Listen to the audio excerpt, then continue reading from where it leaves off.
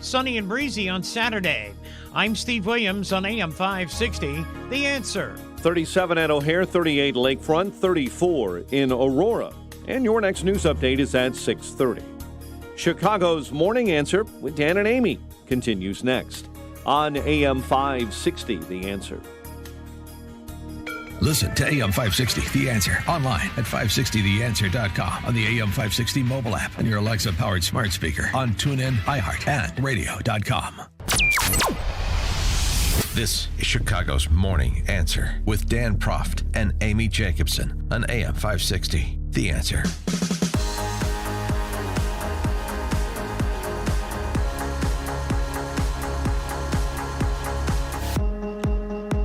Good morning. Dan and Amy, and we're coming to you live this morning from Gatto Industrial Platers on the west side of Chicago. Part of our AM 560 Signature Bank Business Tour. We'll be talking to them, to the gentlemen who run this operation, a little bit later in the show. But now it's time for that COVID-19 daily update. Always a lot of moving parts here around the globe. Let's start in Italy, where much like Japan, closing school for the month, Italy now closing their schools nationwide until March 15th. And no fans can be at any sporting events for a month. The games can be played, but no one can come in. Also, this account, because we're going to talk to somebody else who's been infected just in a moment, but I thought this was interesting. A little bit more severe case of coronavirus. Julie from Singapore, she described what happened to her when she was infected. Taken to a hospital for quarantine, stayed in the ward by herself, 4 walls with a door. I got my food through a secure hatch, my medication, my change of clothing, my towel. You may have a phone. You can text someone. You may have a video call. That was her experience. She said, she started to go a bit stir-crazy. I just wanted to go knock on the wall just to talk to the patient next door, just to have a conversation with a human being. When I was going through the critical stage, one of the things I encountered was breathing. It felt like my lungs were going to overdrive. They really had to make an effort, her lungs. Maybe she was having a panic attack. No. She said it was challenging for her to walk to the toilet as everything seemed to be in slow motion. She had the disease, the virus, for 9 days and then finally tested negative for the virus. I don't know about the long-term impact. The only thing I know is that I cannot walk for long simply because I'll feel a little bit short of breath and I feel the need to sit down. That was something that never happened to me before. So that was a little bit severe case, but 9 days battling it. She's out of quarantine. She's in recovery. Just to give you, some range of the sorts of cases that are out there. Obviously, you know about the fatalities, largely with people that have an underlying, largely with people that have an underlying condition. So just giving you a little bit of expanse on some of the sort of the manifestations of these cases. Yeah, we have 10 dead, 6 from the state of Washington. 6 of those were elderly people inside that nursing home. And then this morning we're learning of the first death in California. So this takes it to 11. This is a gentleman, an elderly gentleman, again, underlying health conditions, who was on a cruise ship from San Francisco to Mexico, and then it came back to San Francisco. That ship has since gone on to Hawaii and back, and now there are 2,500 passengers on that ship who are going to be dangling off in the Pacific coast, off the coast of California, until tests can be delivered to them. We are going to be flying testing kits to the cruise ship, and we are going to be sending those quickly back to the state, and primarily to Richmond lab, where we'll be able to test very quickly. So they'll decide when and if they can port. Well, and then in Los Angeles County, they declared a state of emergency. An LAX screener tested positive for coronavirus. He's in isolation, so is his family. And health officials there are saying, let's not shake hands, no more hugging. Use verbal salutations in place of handshakes and hugs. And whenever possible, try to keep 6 feet between you and other people that you don't know at large events. Thank you. This is like a grade school gym class. Arm's length apart. Okay, got it. President Trump on with Hannity last night on the after Congress agreed to an $8 billion funding deal to combat coronavirus's spread, as well as to provide money for treatment, saying this. We're doing a great job. We have a great group. Mike Pence is doing a fantastic job. I put him in charge of the group, and we have the greatest doctors in the world. We're also helping other countries. We help a lot of other countries. We would even help Iran if they wanted. They're hit very hard. but we're helping a lot of other countries. And there Let's actually help us first. And there actually was an overture to Iran. It was rejected by Iran to help them quell the spread of coronavirus there, but we did make that overture. Trump also addressing the politicization of the effort to combat the spread of coronavirus. They'll just say, even though they have no facts, they'll just say, oh, we don't like the job they're doing. You know, it's just off the cuff. It's like a natural reflex. And it's not good, especially it's not good with something like this. You know, they can say it about certain things, but this one everybody has to pull together. And not all Democrats have done that. I must say, lately I noticed that it's gotten really a lot less. I would say 50% less. But, you know, the bad ones, the Schumers and others, they will always say, no matter how good you do, if you found a cure and everything disappeared within 24 hours, he'd say you did a terrible job, terrible, terrible. And that's unfortunate for the country. But, you know, we live with it. And here I am in the White House. I'm president, and they're not. It's sort of an amazing factor, isn't it? There you go. Well, and we talk about the West Coast. On the East Coast, there's an attorney who lives in Westchester County, works downtown, takes the train, the subway. He has tested positive. His neighbor who drove him to the hospital also tested positive. His wife, there's 1,000 people that are being self-quarantined, and 3 schools have been shut down, as well as that gentleman's synagogue. But Governor Cuomo says keep calm. We're dealing with a coronavirus epidemic. We have a bigger problem, which is a fear pandemic. And the anxiety here is outpacing the reality of the situation. Oh, you don't say. Maybe you can appoint your brother Fredo to head up your task force for yet another case study on the coronavirus and how American authorities are tackling it. We're pleased to be joined by Charles Conlon, who is in quarantine at an Air Force base in San Antonio, along with his wife. They're Shelly.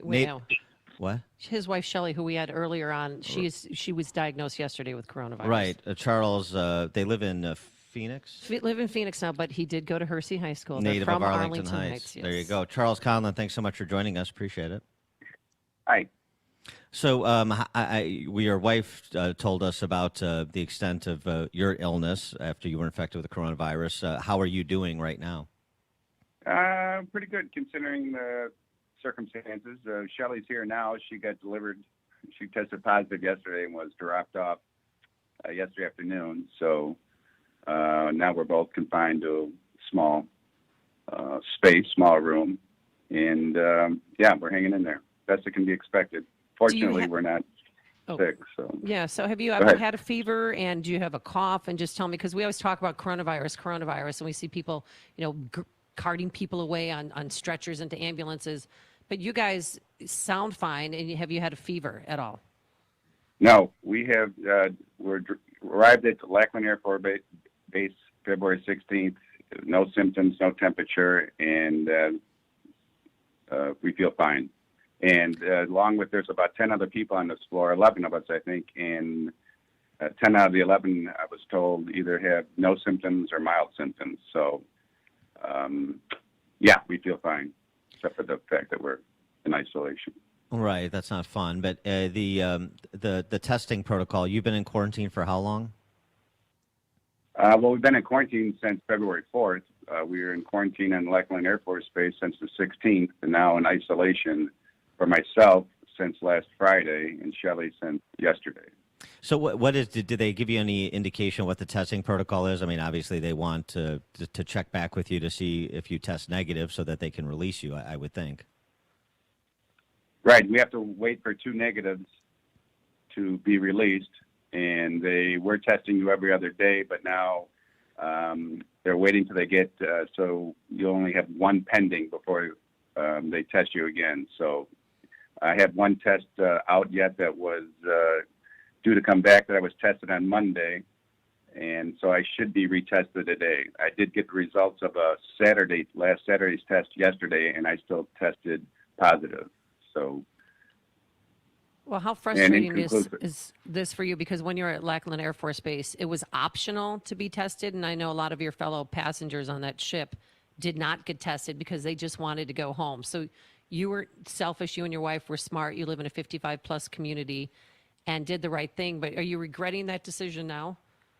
No, not at all. I don't want to go. It's really kind of scary in a sense because we have no symptoms whatsoever, and obviously, we are contagious. So no, not whatsoever. The frustrating part is that there could potentially be people walking around the same as us. That's frightening. But at the same time, like us, we shouldn't really be in these conditions. We should be back at Lackland Air Force Base in an open space, be able to walk the grounds and have a little more freedom than. Yeah, then you're having right. Well, tell us what it's like. Yeah, correct. Is there a guard outside your door? I heard that there were U.S. Marshals outside the hospital. Well, I'm not sure because I got delivered Friday night at around closer to midnight. When Shelly got dropped off yesterday, she said she did see marshals out the front of the hospital. And what's the quarantine where you're at now been like? Well, the people are awesome. The people that are taking care of us are great. And the same as Lackland Air Force Base, they've been awesome. But the conditions and the situation is really, really frustrating. Shelly's here as well. So I think one thing Shelly, to mention grab the is to the extent of the fear of being contagious to the workers, the employees here that the healthcare workers that take care of us or bring us what we need, they wear the same level of personal protection equipment as they did at Lackland. There's no difference in how they feel they need to be dressed around us. So the CDC took over managing this from the Texas State Health Authorities Monday, I believe it was. And so that's a sign right there that they don't consider us highly contagious and to the employees because they're still wearing the first, I believe it's called like the first level of protective equipment where they wear their mask and they wear the plastic shield, but they're not wearing the what people envision as hazmat or Star Wars type level of protective equipment. And Shelly, you wrote both of your senators in Arizona to try and get help. What do you want to have happen? Yeah, that's a good question. I think it's more about taking a look at how this is being managed. We don't understand why the CDC did not test all of the passengers. And I did question it. I questioned it many times. And I just felt like they should understand how this is being managed. And hopefully they can learn from this. If they can learn that people like us, perhaps there needs to be 3 levels of some sort of quarantine or isolation. Those people that definitely, quarantine themselves because they've been exposed. But if you do test positive, maybe segregate them in such a manner that they can still, assuming it's a large group like the Diamond Princess, have them more of an in-between type stage where they're able to still exercise and try to stay healthy like us and get to the outdoors instead of going from one extreme to our extreme of complete isolation in a room where you can't exercise and try to maintain, some level of health. There needs to be a real study of this. And you can't open your window. Right, correct. We can't get fresh air. And if we do get out, it's so far, in Chick's experience, he's been here longer than I have. Been out once. He's been out once since he's been here Friday, and it was for about 20 minutes on a patio that was covered, and it had, I'll call them decorative ironworks or bars around it. So he can't really go outside and get a good clip of a walk or anything, or run or anything like that. And that's where my concern is, the management of this, and we have to rethink this. I understand that we're somewhat guinea pigs, but we have to rethink how this has been managed. So how are you guys? How are you guys passing the time? You like playing gin, or what are you doing? Well, to be honest, we spend most of our day answering questions. Friends, family, lots of texts and emails. People are curious how we're doing. They're concerned, and now, of course, now that we've decided to talk to the media, we're getting a lot of requests like that. So we do that. I was watching some television in between, and they encouraged us to watch TV, take your mind off things. But here we have this TV that's the size of a laptop screen, and it gets 9 channels. We can't even get major network news or anything. So that's a bit of a challenge and another frustration to add. Did they let you have like a laptop? I mean, I'll give you like my Netflix password if you want to watch stuff, stream stuff, Amazon Prime.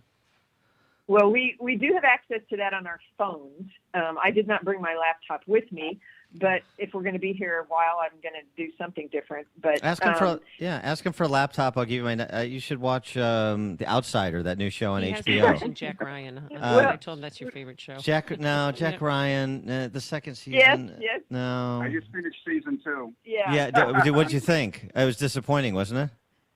I kind of liked it, actually. All right. Well, he's in a box. Yeah, okay. So are you able to get packages delivered? I mean, can family members send you books or, your food? I saw a picture of like a cold English muffin and 2 hard-boiled eggs. Are you getting enough food? Yeah. I think the food has improved a bit. It's still, we are healthy eaters. So for us to have fried foods or gravies and things, it's not conducive to how we live. But and the ironic thing at Lackland is the food had improved a lot the last 2 days. Now I'm not there. The food delivery at Lackland is different than here at the Texas Center for Infectious Diseases because the CDC catered it out at Lackland. Here it's hospital food. So I got to tell you. So you get food with gravies that's fried. You're shut away from humanity. I'm interested in switching places with you guys. See if they'll do a trade. You guys go back to Phoenix and by the way, when you go back to Phoenix, you guys should be welcomed back as like conquering heroes. They should put a plaque of you in the community center or something at the over 55 community you live in, right? Yeah, and the CDC does give us official papers saying that we are healthy, released, and they're actually legal papers so that we can, if we wanted to fly. We've decided we're not flying home, though. We're going to drive back. We just don't want to deal with, going through that situation. See, I think I've got the perfect solution. Have your daughter drive your personal car from Phoenix to Texas, then fill it up with food and some water, and then you guys can get in the car with masks on and gloves, and then just drive home, park your car in garage, shut your garage door, and then you have freedom for 2 weeks. There we go. Quarantine at home. It's my amazing idea. The mask and gloves are unnecessary. Yeah, but what about have you seen a doctor yet? Has a doctor actually been in your room or taken your temperature? And then have psychiatrists called you on the phone to make sure you're okay mentally? Right. So the actual doctors just call once a day to check on you. So there's a doctor that calls you and checks on you. The nurses will come in and take our temperature twice a day. Right. And that's it. And we do have access to a psychologist, and she did call yesterday. She's somebody who was actually at Lackland. And like I said, these people are psychologists and doctors and nurses and paramedics from all over the country that volunteer for this. They said it was described to me as being somewhat like the National Guard. So they sign up for it. They train to handle all these emergency events. It could be a hurricane. It could be anything that the country needs their help. And then they're called up depending on what their needs are, where it's located. So these people actually, including the psychologists, were the same people that came around, delivered our meals. They might check our temperature at Lackland. So now some of those folks are over here. And so she's on call to handle things. But I knew her from over there, and when she heard I was transferred here, she called, and she's been keeping in touch with both of us. But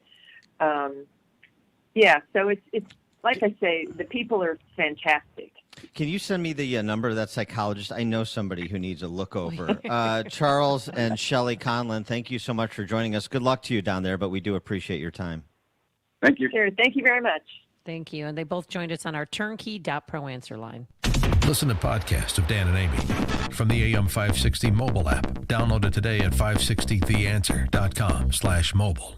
This is Dan Free of the Mortgage Update. What if I could lower your mortgage payment and also skip 2 months all at the same time? If you're looking to refinance, you're looking for financial relief in one way or another. Lower payments, shorter term, or even debt consolidation of those high interest rate credit cards. When I structure your refinance, I also look to save you as much money in the short term as I do the long term. Thanks to the Fed, you've been given another chance to lock in today's historic rates and save thousands. Your mortgage payment goes up every year because of your real estate taxes. That's out of your control. So fight the rise in your mortgage payment by doing something that you can control, and that's refinancing your mortgage to a lower rate. To reach me personally, call 844-775-LOAN. That's 844-775-LOAN. Or reach me on the web at windmortgage.com. That's windmortgage.com. Parkside Lending, LLC is an Illinois residential mortgage licensee and an equal housing lender. NMLS 176162. The following is a paid political announcement. In 2020, we will decide the direction of our nation for decades to come. Do you want more government in your life or more freedom? As a veteran, Jeannie Ives stands on the side of freedom. She took an oath to protect and defend our Constitution.